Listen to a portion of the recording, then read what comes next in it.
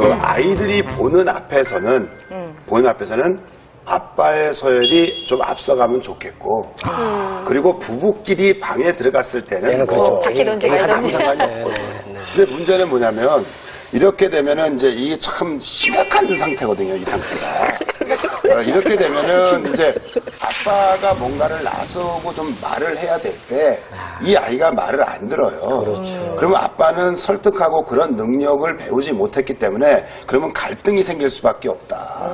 그래서 이거는 빨리 좀 개선이 될 필요가 있는데 그 개선에는 엄마의 노력이 정말 필요하다.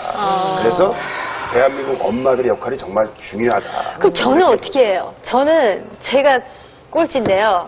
사실 저는 이제까지 굉장히 제 말을 잘 들었었어요. 그래서 저는 서열이 난 1이다 생각했는데 지금 5학년에 사춘기가 접어들면서는 약간 타협을 이제 하나로 정해야 되는데 의견이 여러 개라서 그러면 아까 처음에 우리 오은영 선생님께서 말씀하신 것처럼 설득력 있게 설명을 해야 되는데 이게 잘 안 되다 보니까 결국은 아이가 하는 대로 하게 되니까 제가 서열이 이제 맨 마지막에 된 거거든요. 저 그 방법을 좀 터득해야 할 필요가 있죠. 근데 뭐 서열이 3이라고 생각하는 거는 본인의 생각일 수 있고 아이가 볼 때는 또 어떨지는 사실 아이가 볼 땐 제가 1위일 수 있어요. 네, 1위일 수도 있고. 네네. 아니 지금 제 것도 중요한 거. 아이가 생각할 때는 중요한 건 가만히 계세요. 중요한 건 사춘기잖아요. 네네네. 근데 박선 계시면 사춘기 때 아이들은 제가 사춘기 아이가 너는 그때 어땠니라고 말했을 때 제일 충격적인 표현이 뭐였냐면 그때는 매일 기분 나빴대요. 이유도 몰랐대요. 차라리 그 사춘기 때는 자기가 서열이 2라고 생각하는 게 오히려 나을 수도 있다. 왜? 아이들은 자정 능력이 좀 있으니까. 시간에 가면서 해결될 수 있는 문제니까 지금은 뭐 그거는 뭐 저는. 저 괜찮대요, 이상호 씨. 이쪽이 시각지. 야 이거 완전히 이렇게 편파적으로다가 부모가 편애를 하면 안 되는데 자꾸 편애가 되네. 야 이거 심각하네 진짜. 네, 우리 김재철 변호사님 네. 그건 어떻게 저는 뭐 보셨어요? 아예 그냥 진단도 안 해주세요. 네. 저는 아예 포기할 것 같아요. 지금. 네, 1위라고 모여있어요. 다 1위예요. 아니 근데 그렇지는 않을 거예요. 사실은 심리적으로는 아빠가 서열 1위일 것 같은 느낌이 들어요. 왜냐면 경상도 출신의 성공한 아빠고 단지 내가 뜻하는 대로 되지 않기 때문에 내가 서열사라고 생각하는 거 이건 문제일 수 있다. 이거는 오히려 심정적으로 식구들에서 보면 아빠가 그래도 1위일 가능성 상당히 높다고 봐요. 그래요? 외모나 이분이 문제시군요. 그렇죠. 저는 다행이네 그래도 저쪽보다 나은 거 아니에요? 아니 지금 나만 그런 거 여기는 박사님하고 심도 있게 제가 해결하시는 건 아니에요. 네, 아니, 그러면 그러면 그 소장님 것도 한번 봐주시고 해봐요. 한번. 저희야 뭐 서열 어떻게 돼요? 궁금해요, 궁금해. 네? 저희는 이게 뭡니까? 엄마 아빠가 서로 1위고 엄마 아빠가 1위고 둘째 초째 둘째가 2위고. 와, 굉장히 근데 간단하네요. 이게 왜 제가 이런 생각하냐면 제가 분명히 1위는 맞아요. 네. 1위는 맞는데 저는 알아요. 그게 아내의 도움이 크다는 거예요. 늘 아내가 내가 못한 부분을 챙겨줘요. 그 옛날 엄마처럼 아빠 먼저 드시면 드셔야 돼. 그런 얘기 많이 해주고. 그러다 보니까 제가 아이들한테 그런 얘기 많이 하죠. 야, 엄마가 아빠 진짜 좋아하는 것 같지 않냐? 그럼 아이들도 좋아하죠. 거기에 따라요. 그러니까 제가 1위가 될 수 있었던 건 엄마의 역할이 상당히 컸다. 그리고 이 둘 사이는 솔직히 잘 모르겠어요. 아직도 막 싸우고 있기 때문에 잘 모르는데 집사람이 그런 얘기는 해요. 그래도 둘째가 첫째를 무서워하는 건 같아. 나름의 그런 건 좀 있는 것 같아서 전 이렇게 뽑아봤습니다. 고민이 하시되시죠? 요렇게 가고 네. 그렇죠. 요렇게 와야 된단 말이죠. 네. 아니 요렇게 돼서 그렇게 돼도 상관이 요렇게 없죠. 돼서 상관이 되지. 없고. 예, 엄마 아빠가 이제 같이 가는데 명목상으로 실질적인 군주는 엄마일지는 모르겠지만 명목상으로 아이들 앞에서는 아빠의 권위를 좀 세워줘야.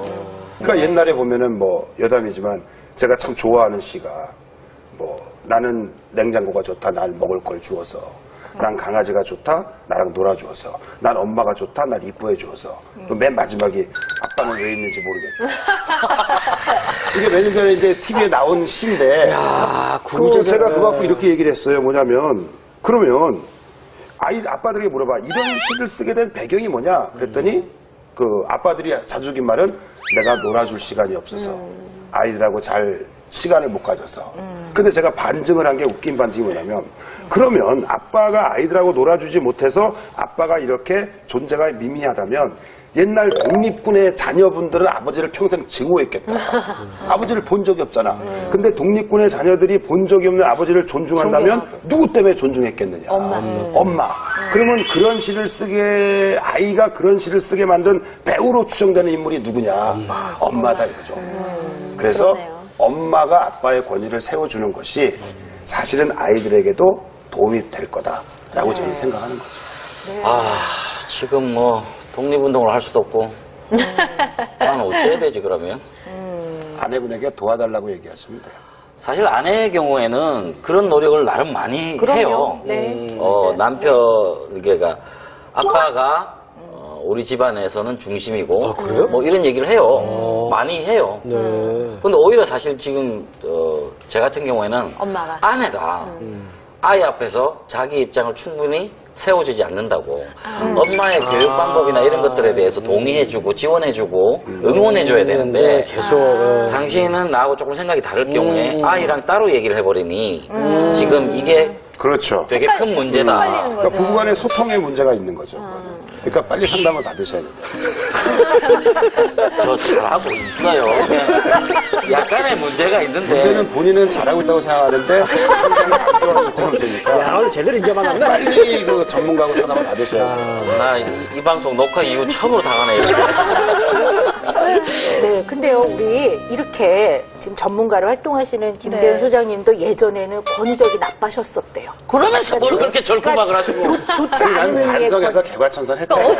어떤 식으로 권위가 있으셨나요? 옛날에는 뭐 보고 잘한 게 뭐 짓 누르는 거 네. 그리고 뭐 얼굴 보면 아시겠지만 예, 인상 한번 잘하시는 딱 것 쓰면은 같아요. 네. 무서워. 바로 그냥 다 저거 하는 건데 그걸 바꿀 수 있었던 계기가 뭐냐면 그 제가 이제 본의 아니게 이민을 갔다가 사업 실패하는 바람에 그 기러기 아빠 생활을 한 8년 했잖아요. 오래 하셨네요. 네, 그때 혼자 있으면서 가족이 참 그립고 내가 아이들에게 잘못한 게 너무 많구나. 그래서 이제 제가 이렇게 룰을 좀 바꿔봤어요. 그 바꾸게 된 계기가 뭐냐면 아이가 군대 간다고 한국에 이제 돌아올 때 이 아이랑 한 두세 달을 같이 혼자 둘이 있으려니 얼마나 답답하겠습니까. 그렇죠. 그래서 그때 이 아이하고 잘 지내고 싶다. 그럼 어떻게 잘 지내야 될까. 그래서 몇 가지 룰을 정해서 그걸 실천하다 보니까 이런 말을 들었어요. 어느 날 한 1년 전쯤인가 아이가 이제 제대하고 이제 엄마랑 같이 있을 때 아빠가 많이 변한 것 같다.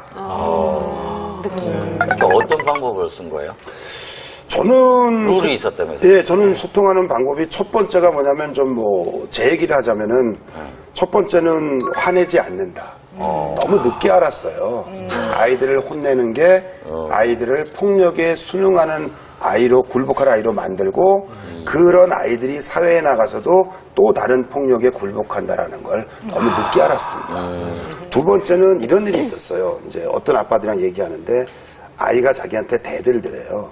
그래서 이렇게 말하더래요. 아빠가 하신 얘기가 다 맞아요. 그렇게 해야 되는지 알겠어요. 근데 제가 그 능력이 안 돼요, 아빠. 저는 되게 충격을 받아들였어요. 그래서 두 번째 원칙이 좋은 말도 하지 않는다. 좋은 말 하지 않는다. 좋은 말도 하지 않는다. 왜냐하면 좋은 말 들어서 사람이 변할 것 같으면 그렇죠. 우리나라 정말 좋은 나라 돼야 됩니다. 네, 맞습니다. 막 그 SNS 보면 너무 좋은 말 넘쳐요, 넘쳐. 맞아. 이게 좋은 말 강박증이 있는 것 같아. 그러면 사람은 어떻게 변화할까 생각해보니까 입 다물고 듣는 게 제일 좋은 것 같아요. 아이들이 뭐 말하면 쓸데없는 얘기라도 그냥 들어주세요. 왜? 쓸데없는 말이라도 나한테 하는 게 정말 좋은 거 아니냐. 그렇죠. 그죠? 그래서 제가 다른 데 가면 이렇게 얘기해. 입 다물고 들어라. 그 저기 아시안 게임 때 그 누구야? 그 라면 먹고 달리겠다 금메달 딴 선수 그 누구야? 네네네. 그거 누구? 예. 임춘혜 씨. 임춘혜. 현정화. 현정아 그 씨는 탁구 선수고 그냥 입 다물고 들으라고.